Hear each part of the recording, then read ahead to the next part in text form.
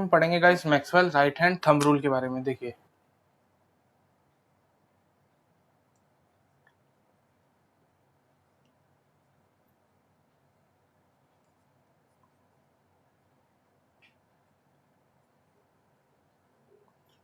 Maxwell right hand thumb rule, अगर हम बात करें कि इस थंब रूल का काम क्या है, तो ये हमें इलेक्ट्रिक करंट की मदद से हम क्या कर सकते हैं, मैग्नेटिक फील्ड की डायरेक्शन निकाल सकते हैं कि मैग्नेटिक फील्ड जो होंगी वो किस डायरेक्शन में बन रही होंगी और किस तरीके से बन रही होंगी। तो Maxwell right hand thumb rule का काम क्या होता है, हमारे पास हम पे जो मैग्नेटिक फील्ड होती है उन मैग्नेटिक फील्ड की डायरेक्शन बताने का काम होता है। अगर हमें एक किसी भी कंडक्टर में इलेक्ट्रिक करंट दे रखा है कि इलेक्ट्रिक करंट किस डायरेक्शन में पास आउट हो रहा है, तो इस रूल का कहना क्या है, देखिए keep straight conductor in your hand right hand. Right hand thumb rule है, तो हमें क्या करना है, कंडक्टर को अपने राइट हैंड में कुछ इस तरीके से पकड़ना है कि हमारा जो थंब है वो थंब क्या करे, हमें डायरेक्शन बताए किसकी, इलेक्ट्रिक करंट की। देखिए हमें अपने थंब को इस तरीके से रखना है कि वो क्या करे, डायरेक्शन बताए किसकी, इलेक्ट्रिक करंट की।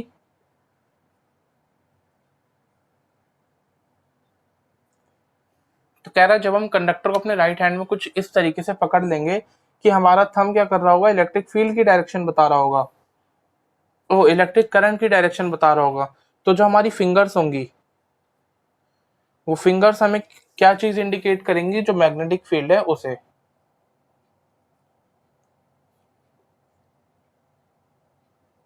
आपको यहाँ पे एक डायग्राम दिख रहा होगा, उस डायग्राम से आपको ठीक तरीके से समझ आ जाएगा कि कहना क्या चाह रहा है, कि अपने राइट हैंड में किसी भी कंडक्टर को इस तरीके से आपको प्लेस करना है कि जो थंब हो वो थंब क्या करे, डायरेक्शन बताए इलेक्ट्रिक करंट की। तो जो आपकी फिंगर्स होंगी वो फिंगर्स आपको क्या बता रही होंगी, मैग्नेटिक फील्ड की, मैग्नेटिक फील्ड किस डायरेक्शन में जनरेट हो रही है। मैं आपको यहाँ पे एक एग्जांपल देके बता देता हूँ। देखिए मान लीजिए हमारे पास एक कंडक्टर है, देखिए मान लीजिए हमारे पास एक कंडक्टर है, इस कंडक्टर में जो ये कंडक्टर मान लीजिए क्या है, एक्स वाई। इस कंडक्टर में जो करंट है आई वो किस डायरेक्शन में फ्लो हो रहा है, मान लीजिए ऊपर इस डायरेक्शन में फ्लो हो रहा है। तो हमें बताना है मैग्नेटिक फील्ड जो होंगी वो मैग्नेटिक फील्ड किस डायरेक्शन में बनेगी। तो देखिए आपको क्या लेना है, अपना राइट हैंड लेना है, इस राइट हैंड का जो थंब है, ये जो थंब होगा आपको क्या करना है, इस डायरेक्शन में रखना है। आपका ये जो थंब है वो आपको करंट की डायरेक्शन में अलाइन करवाना है, जिससे आपकी जो फोल्डेड फिंगर हो वो क्या बताए, मैग्नेटिक फील्ड किस डायरेक्शन में है। तो देखिए करंट ऊपर की डायरेक्शन में है, तो हम क्या कर सकते हैं, अपने हाथ को इस तरीके से रख सकते हैं, जिससे क्या पता चलेगा कि करंट क्या है, ऊपर की डायरेक्शन में है। देखिए इस तरीके से करंट क्या है, ऊपर की डायरेक्शन में। तो फिंगर्स कहाँ फोल्ड हो रही है मेरी, यहाँ पर अंदर की तरफ। मतलब जो मैग्नेटिक फील्ड होगी वो मैग्नेटिक फील्ड क्या होगी, ऐसे गोल गोल गोल गोल इसके चारों तरफ, मतलब ऐसे होगी इस तरीके से कुछ। या थोड़ा 3D में अगर हम समझने की कोशिश करें, तो मान लीजिए मेरा ये जो मार्कर है, ये मार्कर एक कंडक्टर है जिसमें से जो करंट है वो किस डायरेक्शन में फ्लो हो रहा है, यहाँ से इस पॉइंट से इस पॉइंट में, मतलब इस डायरेक्शन में फ्लो हो रहा है। तो मैं अपने थंब को क्या करूंगा, इस मार्कर के अलाइन में लाऊंगा, तो मेरा थंब क्या बताएगा, करंट की डायरेक्शन, मतलब यहाँ से यहाँ तक ये क्या बता रहा है, करंट की डायरेक्शन। तो मैंने क्या करा, करंट की डायरेक्शन में अपने थंब को अलाइन कर लिया। तो मेरी जो फिंगर्स है होगा, इस फिंगर्स किस तरीके से फोल्ड हो रही है, इस तरीके से। देखिए मैंने अपने थंब को क्या करा है, कंडक्टर में जो करंट है वो इस डायरेक्शन में फ्लो हो रहा था, तो उसी डायरेक्शन में, मतलब अपवर्ड डायरेक्शन में मैंने क्या करा है, इसी डायरेक्शन में अपने थंब को पॉइंट कर लिया। तो ये जो मेरी फिंगर्स होंगी, फिंगर्स फोल्ड करके क्या बता रही होंगी आपको, की जो मैग्नेटिक फील्ड है वो मैग्नेटिक फील्ड किस डायरेक्शन में है। तो जो मैग्नेटिक फील्ड होंगी वो किस तरह डायरेक्शन में बन रही होंगी, इसकी इस तरीके से, मतलब ऐसे इस कंडक्टर के चारों ओर इस तरीके से मैग्नेटिक फील्ड बन रही होंगी। इसी की जगह मान लीजिए अगर करंट नीचे की डायरेक्शन में होता, यहाँ पे क्या हो रहा था, जो मैग्नेटिक फील्ड थी, देखिए कंडक्टर है, अगर इसमें मैग्नेटिक फील्ड और इलेक्ट्रिक करंट इस डायरेक्शन में फ्लो हो रहा है, तो थंब को क्या करा, करंट की डायरेक्शन में लाइन करा, फिंगर्स फोल्ड करी, तो हमें क्या पता चल गया कि मैग्नेटिक फील्ड इस तरीके से, मतलब इस डायरेक्शन में बन रही है ऐसे। देखिए हमने थंब को क्या करा, जिस मान लीजिए इस डायरेक्शन में करंट है तो ऐसे रखा, तो फोल्डेड फिंगर हमारी क्या बता रही थी, मैग्नेटिक फील्ड की डायरेक्शन बता रही थी। अब मान लीजिए करंट का जो फ्लो था वो फ्लो उल्टा हो गया, मतलब पहले करंट यहाँ से यहाँ जा रहा था, अब हम क्या कर रहे हैं, करंट को यहाँ से यहाँ ला रहे हैं। तो हमें करना क्या है, सिर्फ अपनी जो अंगूठे की टिप है उसे किस तरीके से रखना, अपने थंब की इस टिप को, कि वो करंट की डायरेक्शन में हो। तो करंट यहाँ से यहाँ है, तो हमने क्या करा, पहले ऐसे था, अब करंट चेंज हो गया, तो अब ये क्या हो जाएगा, इस तरीके से। तो अब ये जो फोल्डेड फिंगर होंगी, ये फोल्डेड फिंगर हमारे पास हमें क्या बता रही होंगी, कि जो मैग्नेटिक फील्ड है वो मैग्नेटिक फील्ड किस डायरेक्शन में बन रही है। तो मैग्नेटिक फील्ड अब इस बार क्या होगा, अंदर की डायरेक्शन में, मतलब ऐसे गोल गोल बनेंगी। मतलब अगर पहले मैग्नेटिक फील्ड ऊपर की तरफ जा रही थी तो डायरेक्शन चेंज करने से वो मैग्नेटिक फील्ड कहाँ चली जाएंगी, नीचे वाली डायरेक्शन में। तो इससे हमें एक पॉइंट पता चलता है गाइस कि जो मैग्नेटिक फील्ड होती है वो करंट की डायरेक्शन पर डिपेंड करती है। मतलब अगर हम करंट की डायरेक्शन को चेंज करेंगे तो मैग्नेटिक फील्ड भी चेंज होएगी। अगला पॉइंट है हमारे पास, देखिए pattern of magnetic field lines due to current. मतलब करंट के कारण मैग्नेटिक फील्ड लाइंस का जो पैटर्न बनता है वो किस तरीके से बनता है। तो देखिए सबसे पहले पॉइंट में हमारे पास बता रहा है, it can be represented by concentric circle at every point on conductor. मतलब कंडक्टर पे जो भी एक पॉइंट है, मान लीजिए ये हमारे पास कंडक्टर है, तो इस कंडक्टर के अराउंड मैग्नेटिक फील्ड क्या होगी, चारों तरफ फैली हुई होगी। तो हम उस मैग्नेटिक फील्ड को क्या बना सकते हैं, कंसेंट्रिक सर्कल। मतलब ऐसे सर्कल्स की फॉर्म में भी मैग्नेटिक फील्ड को बना के दिखा सकते हैं कि अगर हम इस पर्टिकुलर पॉइंट पे बात करें या मान लीजिए इस एक पर्टिकुलर पॉइंट पे बात करें तो वहां पे मैग्नेटिक फील्ड क्या होगी, ऐसे सर्कल की फॉर्म में, मतलब कंसेंट्रिक सर्कल जो होंगे उनकी फॉर्म्स में प्रेजेंट होगी इस तरीके से। तो ये था इसका पहला पॉइंट कि किसी भी कंडक्टर के अगर किसी एक पर्टिकुलर पॉइंट पे बात करें तो जो वहां जो मैग्नेटिक फील्ड होगी वो सर्कल की फॉर्म में होगी। दूसरा पॉइंट हमारे पास क्या रहेगा, इस direction can be given by right hand thumb rule और कंपास। मतलब हम इसकी डायरेक्शन, जो मैग्नेटिक फील्ड है उसकी डायरेक्शन जो होगी वो हम किससे दिखा सकते हैं, राइट हैंड थंब रूल से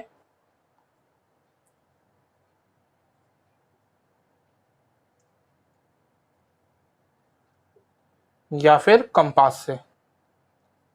कंपास से कैसे बताएंगे, क्योंकि जो कंपास की निडल होगी वो क्या करेगी, डिफ्लेक्शन शो करेगी। तो उसी डिफ्लेक्शन से हमें पता चल जाएगा मैग्नेटिक फील्ड लाइंस की डायरेक्शन कहाँ पर है।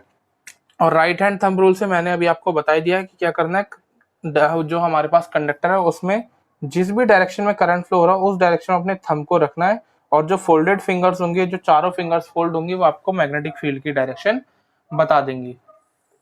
सेकेंड पॉइंट में हमारे पास कह रहा है गाइस, थर्ड पॉइंट में हमारे पास कह रहा है circles are close near the conductors. Circles are closed near the conductor. मतलब कंडक्टर के जितनी ज्यादा पास होंगे वहां पर क्या होंगे, सर्कल उतने ही ज्यादा क्लोज होंगे। मान लीजिए एक कंडक्टर है, इस कंडक्टर में करंट फ्लो हो रहा है, इस कंडक्टर में मान लीजिए इस डायरेक्शन में हमारे पास करंट फ्लो हो रहा है। तो जितनी ज्यादा हम पास की बात करें, मतलब जितनी ज्यादा हम इसके आसपास के एरिया में देखेंगे वहां पर क्या होगा, जो हमारे सर्कल्स बन रहे होंगे वो उतने ही ज्यादा पास पास बन रहे होंगे। मतलब जो शुरू के एरिया में सर्कल्स होंगे, मैग्नेटिक फील्ड लाइंस जो होंगी वो बहुत ज्यादा पास पास होंगी। अगर हम इसे थोड़ा थोड़ा दूर लेकर जाने लगे तो वहां पे क्या होगा, इसके बीच का जो सेपरेशन डिस्टेंस होगा वो सेपरेशन डिस्टेंस बढ़ने लगेगा। क्यों, क्योंकि जो कंडक्टर की, ये देखिए जो कंडक्टर की हमारे पास, ये हमारे पास कंडक्टर था, कंडक्टर से जैसे जैसे हम दूर जाते जाएंगे वहां पर क्या होगा, जो मैग्नेटिक फील्ड लाइंस का जो एरिया होगा या फिर मैग्नेटिक फील्ड का जो हमारे पास इफेक्ट होगा वो भी धीरे धीरे डिक्रीज होता रहेगा। तो इसलिए यहाँ पे जो सर्कल्स होंगे उनके बीच में गैप ज्यादा हो जाएगा। और जब हम कंडक्टर के बहुत ज्यादा पास होंगे तो वहां पे सर्कल्स के बीच का जो गैप होगा वो बहुत ज्यादा कम होगा। मतलब सर्कल क्या होंगे, बहुत ज्यादा पास पास होंगे एक दूसरे के, ऐसे ऐसे। और जैसे ही हम थोड़ी सी दूर चले जाएंगे वहां पर वो क्या होगा, गैप उनका बढ़ने लगेगा। नेक्स्ट पॉइंट में हमें बता रहा है गाइस, देखिए कि जो मैग्नेटिक फील्ड होगी वो डायरेक्टली प्रोपोर्शनल होगी स्ट्रेंथ ऑफ करंट के।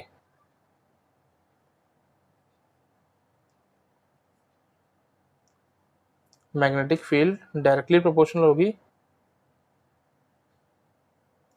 स्ट्रेंथ ऑफ करंट के।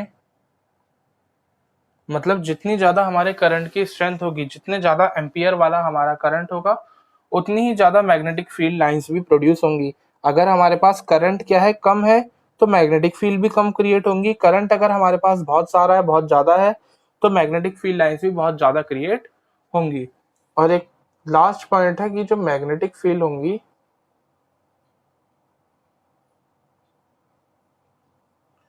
वो इनवर्सली प्रोपोर्शनल हो जाएगी हमारे पास डिस्टेंस के, डिस्टेंस फ्रॉम कंडक्टर।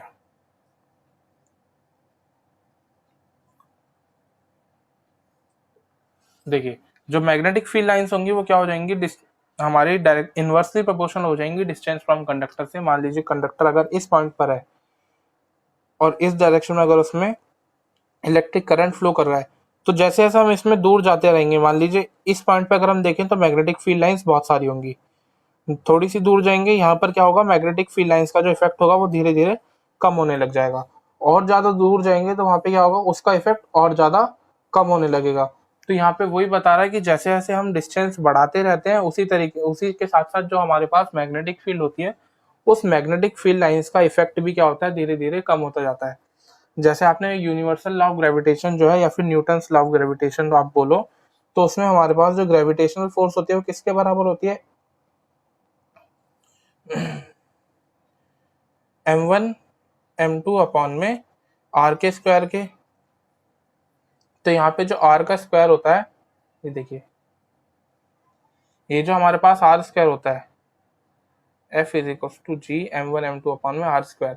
तो यहाँ पे जो डिस्टेंस है, इसका मतलब क्या है कि जैसे जैसे दो ऑब्जेक्ट्स के बीच का जो डिस्टेंस है वो जितना ज्यादा होगा, फोर्स क्या हो रही होगी, उतनी ही ज्यादा कम हो रही होगी। इसी तरीके से मैग्नेटिक फील्ड लाइंस की बात करें तो मैग्नेटिक फील्ड लाइंस में भी जैसे जैसे सेपरेशन डिस्टेंस हमारा कंडक्टर से, इस कंडक्टर से जितनी ज्यादा दूर हम मैग्नेटिक फील्ड लाइंस को देखेंगे, उतना ही हमारे पास उनकी जो स्ट्रेंथ होगी वो कम आएगी। मतलब अगर कंडक्टर यहाँ है तो कंडक्टर के आसपास वाले एरिया में तो मैग्नेटिक फील्ड का जो स्ट्रेंथ है, मैग्नेटिक फील्ड की अपनी खुद की स्ट्रेंथ बहुत स्ट्रांग होगी। लेकिन जैसे जैसे हम कंडक्टर से दूर जाएंगे वो क्या हो जाएगी, धीरे धीरे कम हो जाएगी। ऐसा क्यों होता है, क्योंकि देखिए ये जो वायर है, उस वायर में जो करंट फ्लो कर रहा है, आई करंट, इसी करंट के कारण क्या था, हमारे पास मैग्नेटिक फील्ड लाइंस बन रही थी। अब हम जैसे ही इस वायर से दूर चले जाएंगे, यहाँ पर क्या है, करंट का इफेक्ट, मान लीजिए इतने एरिया में तो करंट का इफेक्ट बहुत ज्यादा था, क्योंकि यहीं से करंट फ्लो हो रहा है, तो उसके कारण मैग्नेटिक फील्ड बहुत ज्यादा बन रही थी। इस पॉइंट पे क्या है, यहाँ से अगर हम देखें तो इस पॉइंट पे और इस कंडक्टर पे, मान लीजिए इस पी पॉइंट पर और इस कंडक्टर के बीच का डिस्टेंस कितना है, आर। तो जैसे जैसे डिस्टेंस बढ़ता जाएगा, करंट का जो इफेक्ट होगा मैग्नेटिक बिहेवियर शो करने का, वो भी धीरे धीरे कम होता रहेगा। इसलिए जैसे जैसे हम पॉइंट बढ़ाते हैं, डिस्टेंसेस को हम इंक्रीज करते रहते हैं अपने कंडक्टर से, उसी तरीके से जो मैग्नेटिक फील्ड होती है वो भी क्या होती है, डिक्रीज होती रहती है।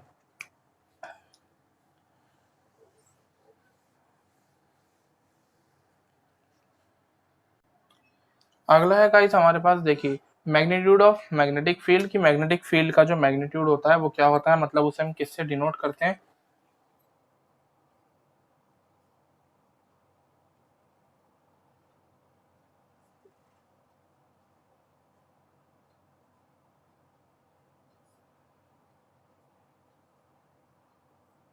मैग्नीट्यूड ऑफ मैग्नेटिक फील्ड कह रहा है, magnitude of magnetic field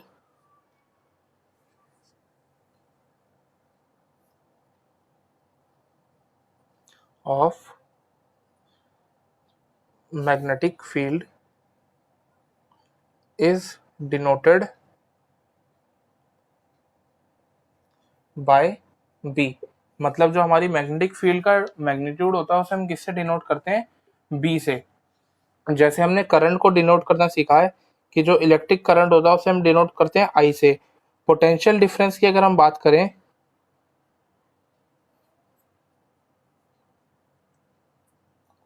potential difference को हम डिनोट करते हैं V से।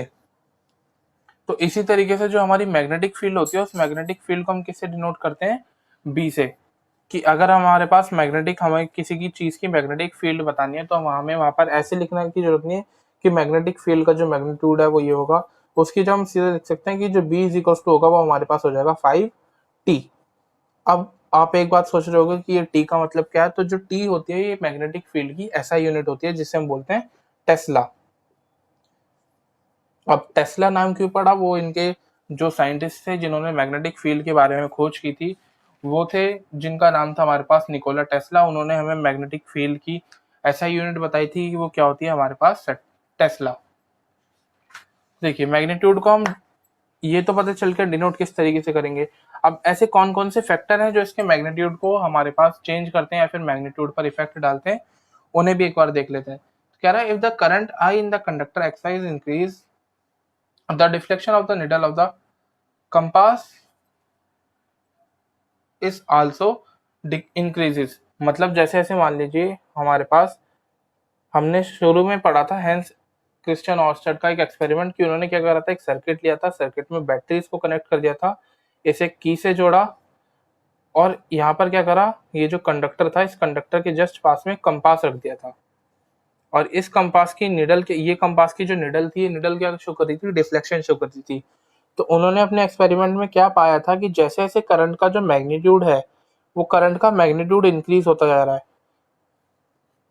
करंट के मैग्नीट्यूड के इंक्रीज होने का मतलब गाइस ये नहीं कि करंट जैसे जैसे फ्लो कर रहा है, नहीं, करंट के मैग्नीट्यूड इंक्रीज होने का मतलब है करंट की वैल्यू जैसे जैसे इंक्रीज हो रही है। मतलब पहले करंट 1 एम्पियर का था, फिर वो 2 एम्पियर का हो गया, उसके बाद 3 एम्पियर का हो गया, उसके बाद 4 एम्पियर का हो गया, और उसके बाद 5 एम्पियर का हो गया, और ऐसे ही चलता रहा। तो यहाँ पे क्या हो रहा है, करंट का मैग्नीट्यूड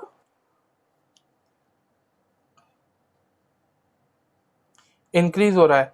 तो जैसे जैसे करंट का मैग्नीट्यूड इंक्रीज करे जा रहे थे, जो कंपास की निडल थी वो भी अपना जो डिफ्लेक्शन था वो डिफ्लेक्शन बहुत ज्यादा शो कर रही थी। इसका मतलब अब देखिए, कंपास की जो निडल है वो डिफ्लेक्शन कब शो करेगी, जब हमारे पास मैग्नेटिक फील्ड बहुत ज्यादा प्रोड्यूस हो रही होगी। अगर मैग्नेटिक फील्ड कम हमारे पास प्रोड्यूस हो रही है तो जो निडल है वो निडल भी क्या करेगी, या तो थोड़ा सा इधर डिफ्लेक्ट होगी या फिर थोड़ा सा इधर डिफ्लेक्ट होगी। लेकिन अगर करंट का मैग्नीट्यूड बहुत ज्यादा चेंज हो रहा है, मतलब करंट की वैल्यू धीरे धीरे बढ़ती जा रही है, तो निडल क्या करेगी, बहुत ज्यादा डिफ्लेक्शन इस तरीके से शो करना शुरू कर देगी। निडल इस तरीके से डिफ्लेक्शन जब शो करेगी जब क्या होगा, मैग्नेटिक फील्ड भी हमारे पास इंक्रीज हो रही हो। तो इससे उन्हें एक बात पता चली कि जो करंट होता है वो करंट क्या होता है हमारे पास डायरेक्टली प्रोपोर्शनल हो जाता है मैग्नेटिक फील्ड के, कि जितना ज्यादा हम करंट क्या करेंगे,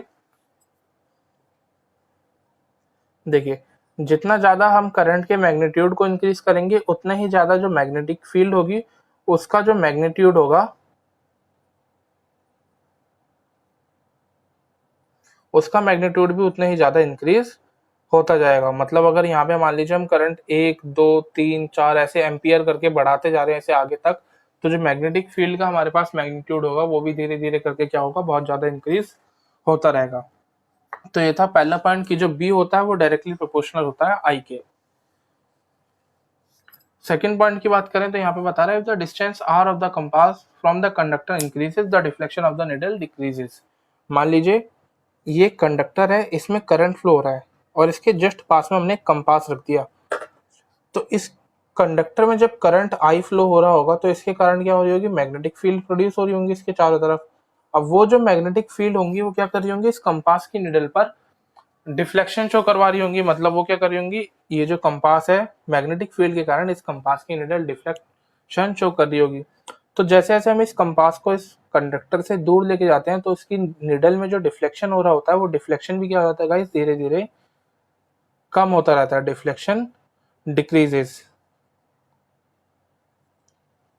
मतलब जब वो कंडक्टर के जस्ट पास में रखा हुआ था कंपास, तब उसकी निडल क्या करी थी, बहुत अच्छे से बहुत तेजी से हमारे पास डिफ्लेक्शन शो करी थी इस तरीके से। लेकिन जैसे जैसे हमने कंपास का डिस्टेंस बढ़ाना शुरू कर दिया, जो उसकी निडल में डिफ्लेक्शन था वो डिफ्लेक्शन भी क्या हो गया, धीरे धीरे कम होने लगा। तो यहाँ पे हमारे पास एक टर्म और आई कि जो मैग्नेटिक फील्ड होगी वो इनवर्सली प्रोपोर्शनल हो जाएगी आर के। आर मतलब डिस्टेंस फ्रॉम द कंडक्टर, मतलब हम कंडक्टर से जितनी ज्यादा दूर जाते रहेंगे उतना ही हमारे पास जो मैग्नेटिक फील्ड का इफेक्ट होगा वो डिक्रीज होता रहेगा। मतलब जैसे जैसे डिस्टेंस हम इंक्रीज करेंगे, मान लीजिए पहले हमने इस पॉइंट पी पॉइंट पे मैग्नेटिक फील्ड निकाली, तो इस पी पॉइंट पे मैग्नेटिक फील्ड क्या थी, बहुत ज्यादा आई। क्यों? क्योंकि कंडक्टर के बहुत ज्यादा पास है, डिस्टेंस हमारे पास कम है तो मैग्नेटिक फील्ड ज्यादा होगी। अब हम यहाँ से मान लीजिए काफी दूर एक क्यू पॉइंट ले लेते हैं, तो इस क्यू पॉइंट पे जो मैग्नेटिक फील्ड होगी वो क्या होगी, पी पॉइंट पे जो मैग्नेटिक फील्ड थी उससे बहुत ज्यादा कम होगी। क्यों? क्योंकि हमारा जो डिस्टेंस था वो डिस्टेंस इंक्रीज बहुत ज्यादा हो चुका है। तो यहाँ पे क्या होगा, करंट का जो मैग्नेटिक बिहेवियर था वो मैग्नेटिक बिहेवियर भी धीरे धीरे कम हो गया होगा, जिसके कारण मैग्नेटिक फील्ड अपना इफेक्ट ठीक से, मैग्नेटिक फील्ड जो होंगी वो मैग्नेटिक फील्ड यहाँ पर बहुत ज्यादा स्ट्रेंथ वाली नहीं होंगी। तो जैसे जैसे डिस्टेंस इंक्रीज होता रहता है वैसे वैसे हमारे पास जो मैग्नेटिक फील्ड्स होती हैं उन मैग्नेटिक फील्ड की भी स्ट्रेंथ डिक्रीज होती रहती है। कंडक्टर के जस्ट पास अगर कोई एक पॉइंट ले लें पी, तो उस पे क्या होगी, मैग्नेटिक फील्ड की स्ट्रेंथ बहुत ज्यादा होगी। लेकिन उससे अगर दूर एक क्यू पॉइंट ले लें तो इस क्यू पॉइंट पे क्या होगा, जो मैग्नेटिक फील्ड की स्ट्रेंथ होगी वो बहुत ज्यादा कम होगी। तो अगर हम दोनों इक्वेशन को जो हमारे पास आई हैं, देखिए एक इक्वेशन हमारे पास आई थी, मैग्नेटिक फील्ड डायरेक्टली प्रोपोर्शनल होती है आई के, इक्वेशन ए मान लेते हैं इसे। और दूसरी आई है मैग्नेटिक फील्ड डायरेक्टली प्रोपोर्शनल होती है हमारे पास 1/r के, इसे मान लेते हैं इक्वेशन बी। तो अगर हम दोनों को कंबाइन कर दें तो हमारे पास आ जाएगा कि जो मैग्नेटिक फील्ड है वो डायरेक्टली प्रोपोर्शनल हो जाएगी I अपॉन R के।